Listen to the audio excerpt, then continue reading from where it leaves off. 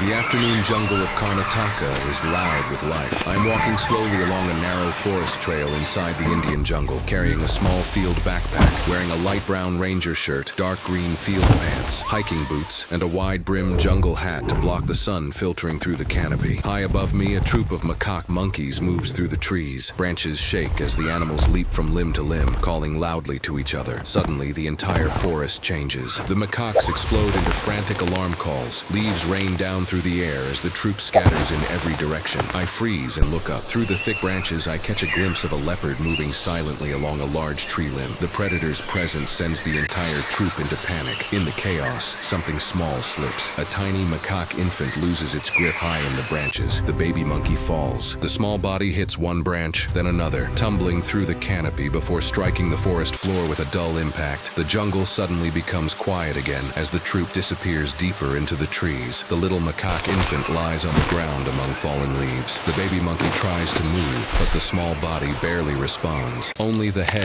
lifts slightly. The rest of the body remains still against the jungle floor. Above us, the leopard is still somewhere in the trees, and the infant macaque is now alone on the ground of the Karnataka jungle. The forest slowly becomes loud again. Birds begin calling somewhere deeper in the jungle, but the troop of macaques does not return. High above, the branches still move slightly where the leopard passed through. On the ground, the tiny macaque infant remains lying among the dry leaves. I move slowly off the narrow trail and step carefully through the undergrowth. The baby monkey tries to move again. Its small hands grip the leaves, but the rest of the body does not follow. Only the head lifts weakly. The back legs remain completely still against the forest floor. The fall from the tree has clearly caused a serious injury. In the jungle, injuries like this rarely end well for small animals. Predators move silently through this forest. Snakes hunt along the ground, and the leopard may still be nearby. The little macaque infant lets out a thin cry. The sound is small but desperate. I kneel a few meters away, careful not to frighten the injured animal. The baby monkey watches me closely. Its eyes are wide, its body still unable to move. Out here on the jungle floor of Karnataka, a paralyzed infant macaque cannot survive alone for long. The baby macaque infant continues watching me from the forest floor. Its small chest rises and falls quickly. The tiny hands grip the dry leaves beneath its body, but the lower half of the body still does not move. I shift slowly closer, moving carefully through the thick jungle undergrowth. In wildlife rescue, sudden movement can cause injured animals to panic. The little monkey lets out another weak cry. Its head lifts slightly as I kneel beside it. Up close, the injury is clearer. The infant's back legs remain completely still. The fall through the branches must have caused severe damage to its spine. In the wild, an injury like this would almost certainly mean death. Predators patrol this forest every night. Even if the leopard does not return,